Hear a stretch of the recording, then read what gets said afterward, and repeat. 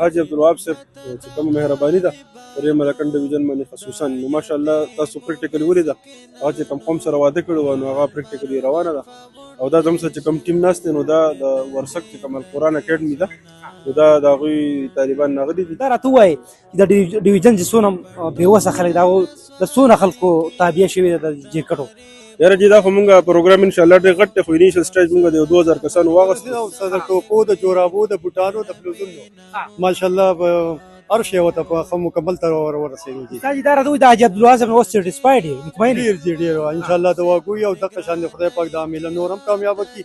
او د وست ولا خدای ورکړي چې د یتیمانو خو غریبانو سره افغانانو غریبانو په حواله سره کوم ډیسټریبیوشن او د کوټونو پاجامو بنینو په حواله سره الحمدلله د زرګونو په حساب باندې نن ماشومان رااله او هغوی ته د حاجي عبدالوهاب صاحب دغه تحفه د المروان ویلفیر فاونډیشن د ټیمو د سوري لاندې هغه نن ورسېده. پوره ملکنډ ډویژن خلک دلته کې زموږ سره رااله او خپل ماشومانان ته یې خپل دغه کوټونو او بلوزونو کو هر څه خو 2,500 کسانو کورونو ماشومانان ته دغه میلاو شو او هغه پاتو که د دیرو که د باجوړو که د هر ځای چې څونه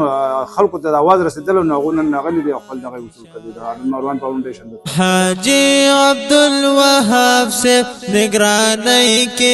اتلانو دوی کوي ورڅه امداد قدرمند مؤمنانو کړي خدمت د غریبانو دا یتیم مسکینانو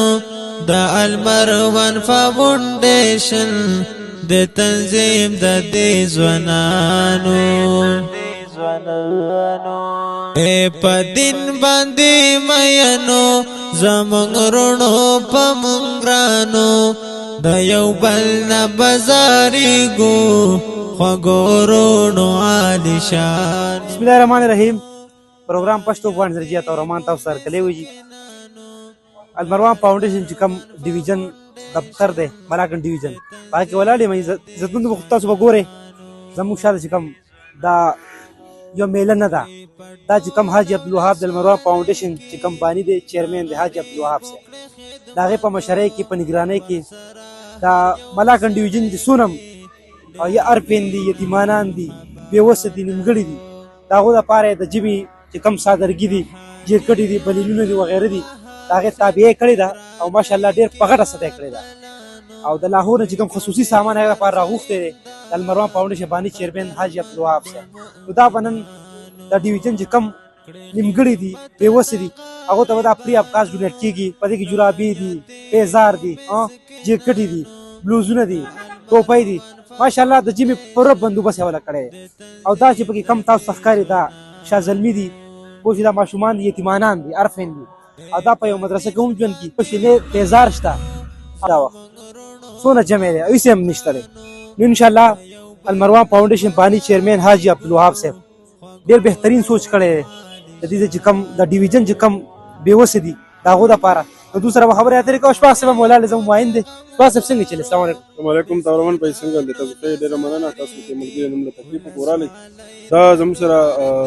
حاجي عبدالوهاب صاحب چې کومه مهرباني ده په ملکنډ ډویژن باندې خصوصا نو ماشاءالله تاسو پریکټیکلی ولیده هغه چې کوم قوم سره واده کړی و نو هغه پریکټیکلی روانه ده او دا زموږ سره چې کوم ټیم ناست دی نو دا د ورسک چې کوم القرآن اکیډمي ده نو دا د هغوی طالبان راغلي دي او میجارټي په دې کې یتیمانان دي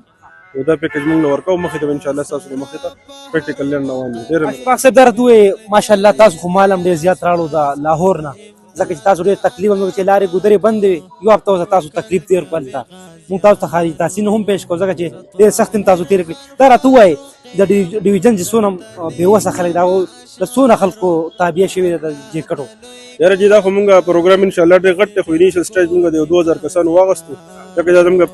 فرسټ ایډ و نو ټیسټینګ